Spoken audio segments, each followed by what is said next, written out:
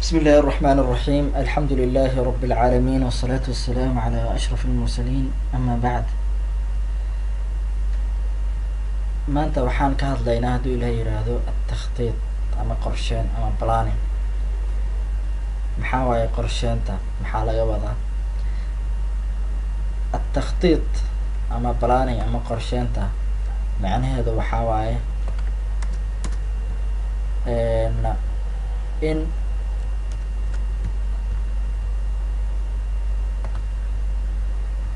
horta qorsheyntu waa hawsha ugu horeysa. التخطيط أولى المراحل في العملية الإنتاجية، وهوشة كواد مرحلة أي كوين وحصصارك أما عملية معمولة.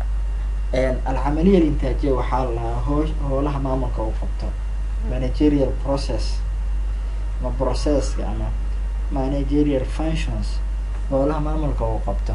أفر علاقة بينها أفر تقوم سنوا قرشينتا تخطيط تنظيم توجيه iyo riqaaba iyo howlo kale uu sameynaya sida maaragtay tansiiq iyo itixaad qaraar iyo marka howlahaas maamulka uu qabto hawsha ugu horeysa waa qorsheyn. marka ugu horeysa waa la qorsheynaya. ahmiyat التخطيط marka muhiimada qorsheynta ay leedahay. التخطيط عملية إدارية waa howl maamuleed مهمة في ظل ظروف عدم التأكد. marka waxaa jirta duruufo aan la ogeyn waxa dhacaya mustaqbalka lama oga qof hubo male. marka maadaama aan la ogeyn waxa mustaqbalka dhacayo, dhaqaalihii ma isbedelaya, hoos ma u dhacayo dhaqaalihii, siyaasadii maxaa ku dhacayo, bulshadii maxaa ku dhacay, intaas dhan lama oga. teknolojiyadii maxaa ku dhacay, wax cusub maa soo baxay. marka intaas dhan maadaama aan la ogeyn waa in la qorsheeyaa si maaragtay looga feejignaada isbedelada dhacay. اثنين، التخطيط هو الخطوة الأولى من سلسلة الخطوات اللازمة لإنجاز أي عمل. هول والبا مركان سمين ربطة هول والبا مركان سمين ربطة وحاول سمينيسا waa qorsheyn waa qoreysa maxaa qabanaysa, meeqa qarashaa kaaga baxayo, maxaa u baahan tahay hawshaas inaad qabato, waqtigay ku qaadanaysa, yaana qabanayo hawshaas. marka waa qorsheynta muhiim ah. ثلاثة، يساعد التخطيط في تحقيق التنمية الشاملة والمتوازنة من أجل النهوض الشامل بالمجتمع والبنيات الأساسية. marka wuxuu caawinaya تخطيطka in la gaaro التنمية الشاملة. التنمية الشاملة waxaa waaye kobcin oo dhameystiran dhanka bulshada, dhanka siyaasadda, dhanka dhaqaalaha, kobcin dhameystiran dhanka bay'ada. marka intaas dhan kobcintaas kobacaas dhameystiran isku xiran si loo gaaro waxaa loo baahan yahay qorsheyn. marka dawladda waa inay qorsheysaa. walmutawaazina mid isku dheeli tiran oo tabaqaad aan jirin oo maaragtay dadka hantida leh iyo dadka faqiirada ah aad aan u kala sareyn ay isku dhow.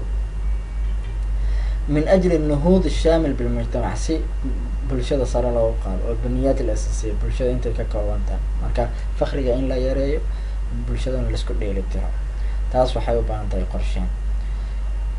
هو استخدام الطريقة العلمية لمواجهة المشكلات واتخاذ القرارات. marka qorsheyntu waa hab cilmi ku dhisan ayaan adeegsanaynaa si mushkiladaha jira loo wajaho, go-aanana loo qaado. marka hab cilmi ku dhisan ayaan adeegsanaynaa mushkiladahaas saan u wajahno, go-aanna aan u qaadano. خمسة، التخطيط مهم لكل إدارات المنظمة وفروعها. marka qorsheyntu muhiim ay tahay qeybaha kala duwan maamulka uu ka kooban yahay, ururka qeybo kala duwan, waaxooyinka uu ka kooban yahay dhamaantood iyo faracyadiisa muhiim ay tahay. farac walba qorshe gooni ah, wax walba qorshe gooni ah oo hoos imaado qorshihii weyneyd, iyo farac walbaba qorshahaas inuu lahaado muhiim waaye. marka ahdaaf التخطيط ujeedooyinka laga leeyahay maxaa waaye qorsheyntu. ujeedooyinka laga leeyahay واحد waxaa waaye تحديد أفضل الوسائل والطرق التي ينبغي سلوكها من أجل تحقيق الأهداف. waa in la xadidaa wasiiladaha ama hababka ama wadooyinka ugu munaasabsan oo la mari karo si hadafka loo gaaro. marka hadafka guud si loo gaaro wadooyinka ugu munaasabsan la mari karo waa in la xadidaa. اثنين، تحقيق النمو والاستمرار للمنظمة. waa in la gaaraa la xaqiijiyaa kobac iyo sii socod ururka ururka inuu sii socon karo, howlihiisa sii wadan karo, kobacna uu sameyn karo si loo gaaro waa takhdiid in la lahaado. marka hadafka laga leeyahay waa ururka in la kordhiya waana inuu sii socdo howlihiisa sii wadan karo.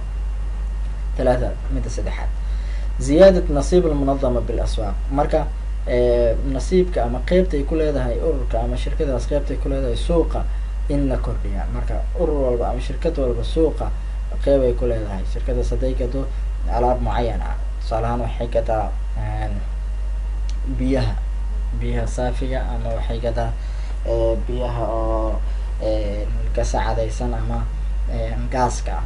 marka biyaha saafiga hadday gado tusaale ahaan dhowr shirkad hadday suuqa biyaha ku gada, mid walba nasiib ama qeyb ay ku leedahay. marka market share la dhahaa, 20%, 30%.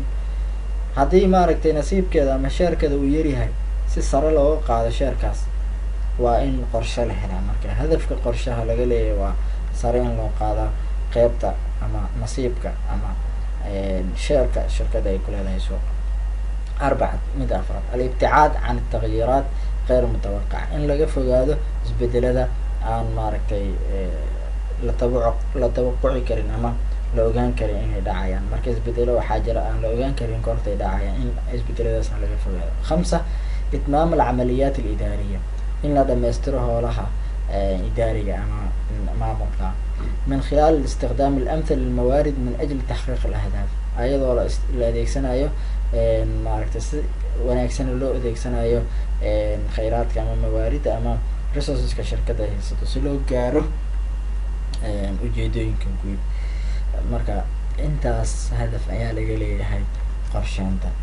mabaadi takhdiid, mabda-aha asaasiga oo ah qorsheynta. marka wax qorsheynayso maxaa lagaa rabaa? mabda ama principleska laga rabo maxaa waaye inaa haysato.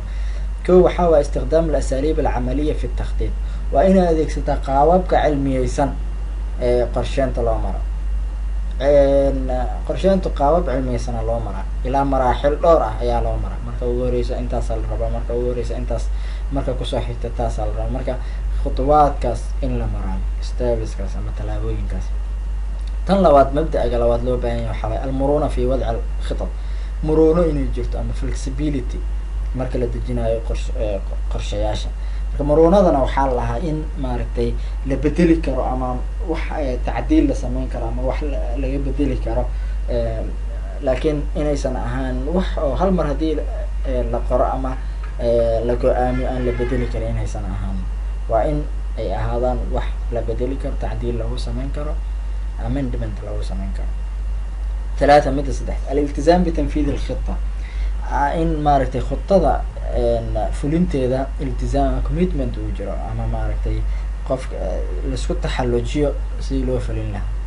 alkhuta almawduuca, qorshaha la dejiyay maadaama duruuf muwaatiha. marka duruufaha jira maadaama ay fiican yihiin, maaragtay qaabkii la qorsheeyay duruufaha ay yihiin waxba aan isbedelin, marka qorshihii la dejiyayna siduu ahaa in loo fuliyo. mutaabacat tanfiid liijraa atacdiilaat allaazima. waa in la sameeyaa dabagal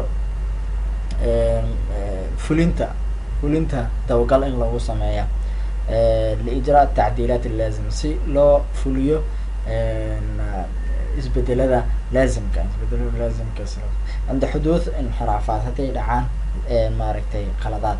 marka qaabkii la rabay maahan qaab ka duwan hadday wax u dhacaan waa in maaragtay laga dabagalaa lana ogaadaa maaragtay meesha qaladka uu ka jiro lana saxa. an yusaahim atakhdiid fi taxqiiq الnataa'ij. marka qorsheyntu waa inay ka qeyb qaadataa gaaritaanka natiijooyinka guud. ururka ama shirkada natiijooyinka guud ay leedahay in qorshahana uu ka qeyb qaata, qeyb uu ka ahada. shumuuliyat atakhdiid, qorshaha inuu ahaada mid shaamil ah, mid oo kooban, mid oo shaamil ah, mid oo qeyb walba loo baahan yahay daboolaya. marka intaas waxaa waye mabda-iyada asaasiga looga baahan yahay ama principleska looga baahan yahay qorsheed in laga helo. alcawaamil almu'athira fi camaliyat takhdiid. waxyaabaha saameynta ku leh camaliyada qorsheynta. marka qorsheynta camaliyad waaye, camaliyadna waxaa la process ama waxyaabo tallaabooyin ka kooban. marka waxyaabaha saameeya. Marka qorsheynta markaan dejinayo saameynta nagu imaan karta maxaa waaye, waxaa saameyn ku imaan kara siyaasad alxukuumiya. haddii dowladda siyaasaadkeeda ay bedesho qorshihii ururka uu degsadayna waxaa iska bedelaya. tusaale ahaan haddii siyaasaadki dowladda ee ku saabsanaa maaragtay ganacsiga ay isbedesho, mushkilaad ku imaan karta, ama waxyaabo fiican qaab fiican ay u saameyn karta ama qaab xun. haddii dowladda ay wax walba ay lahaan jirtay, istiraaki ay ahaan jirtay, suuqa xur ay ka dhigto, waa arrin fiican oo ganacsiga uu kobcayo. laakiin haddii dowladda ay sameynayso mar walba waxyaabihii hantidii gaarka ah ayay la wareegaysa, taas mushkil ay ku noqonaysa. marka siyaasaadka dowladda ay sameynayso hadday fududeynayso ganacsiga waa arrin fiican, hadday adkeynaysona si xun ama si qaab daran ayay u saameynaysaa ganacsiga. tan labaad asiyaasad adariibiya waa siyaasadaha quseeya canshuurta. canshuurta haddii la kordhiyo ururka mushkilay ku noqonaysaa, saameyn xun ay ku yeelanaysa. laakiin canshuurtii haddii hoos loo dhigo oo ganacsiga saray u qaadaysaa. الظروف الاقتصادية العامة ظروفta dhaqaale ee guud dowladda ay ka jirto, duruufta hadday fiican tahay kobac dhaqaale uu jiro si fiican ayay shirkadana saameyn ugu yeelanaysaa. haddii dhaqaalihii hoos u dhaco oo sicir barar badan uu jiro, mushkilo ayay ku noqonaysaa shirkada ama ganacsiga. suluuk almustahlikiin habdhaqanka oo maaragtay mustahlikiinta, dadka waxa gata ama consumerska ama dadka oo gata alaabtaas say u isticmaalaan qaab dhaqankooda. haddii suluuk dadka bulshada ay yihiin dad oo hanti bixiya, dad oo maaragtay istihlaagooda uu sareeyo ama waxgadashadooda ay sareyso, waa maaragtay dad oo waxay noqonayaan ganacsiga saameyn ayuu ku yeelanaya, qorshahana si fiican ayuu u hirgelaya. laakiin hadday dad gacmo adag ay yihiin, aan bixinaynin, aan maaragtay wax gadanaynin, qorshihii sidii la rabay uma suuroobayo. marka taas waxaa waaye intaas aan kasoo sheegnay 4 shay waxyaabaha saameynta ku leh ee qorsheynta. haddaan u imaano qeybaha kala duwan ee qorsheynta u qeybsanto, anwaac التخطيط. qorsheynta meeqa loo qeybin karaa. هنالك العديد من التصنيفات للتخطيط نجدها تتناوله في عدة زوايا. marka waxaa jira qeybo kala duwan oo loo qeybiyey qorsheyntu. marka qeyb walbana qaabay u fiirinaysaa, meelay ka fiirinaysaa ama dhinacay ka fiirinaysaa qeybinta markay sameynayso. أولا تقسيمات من حيث الميادين. markaan qorsheynta ama aan qeybinayno anagoo ka fiirinayno mayaadiin goobta ama majaalka oo maaragtay qorsheyntaas uu quseeyo, goobta qorsheyntaas ay quseyso, qorsheynta halkay quseysaa markaan u fiirinayno meeqaa u qeybin karna. waxaa loo qeybin karaa التخطيط الاقتصادي القومي والاستثمارات ورفع المستوى المعيشة. marka qorshe oo quseeya اقتصاد القومي، qorshe oo quseeya استثمارات maaragtay maalgashiga, iyo qorshe quseeya رفع مستوى المعيشة sare sidii loogu qaadi lahaa maaragtay heerka nololeed ee bulshadaas. marka dhaqaalaha guud marka la qorsheynayo wuxuu noqonayaa mid oo qeybta maalgashiga, qeybta maaragtay sare u qaadida maaragtay nolosha, intaas ayaa maaragtay la qorsheynaya. ثانيا qeybta labaad التخطيط من حيث شموليته ومستوياته. shumuuliyadiisa ama inclusive nimadiisa inta meel uu galayo iyo mustawiyad heerarkiisa kala duwan. waxaa ku gudi jiri kara التخطيط الاستراتيجي والتخطيط الوظيفي. marka wuxuu noqon karaa التخطيط الاستراتيجي mid fog oo waqti fog maaragtay la qorsheynayo, iyo التخطيط الوظيفي mid oo quseeya shaqada la qabanayo qorsheynteeda. intaas ayaa maaragtay qorsheynta loo qeybin karaa. marka qorsheyntu waxaanu dhahnay qaabab kala duwan ayaa loo qeybin karaa. qorsheyntaas halkay quseysaa waa loo qeybin karaa. waxaa kaloo loo qeybin karaa qorsheyntaas mustawaheeda halkuu yahay, mustawa ahaan halkay tahay. marka intaasna waxaa waaye qaabab kala duwan ee qorsheynta loo qeybin karo. kuwo kale ayaa soo socda qaabab kale loo qeybin karo, laakiin casharkan maanta halkaan aan ku arkeynaynaa. ilaa cashar kale aan kaga kulmayno waxaa idin leenahay asalaamu calaykum waraxmatullaahi wabarakaatu.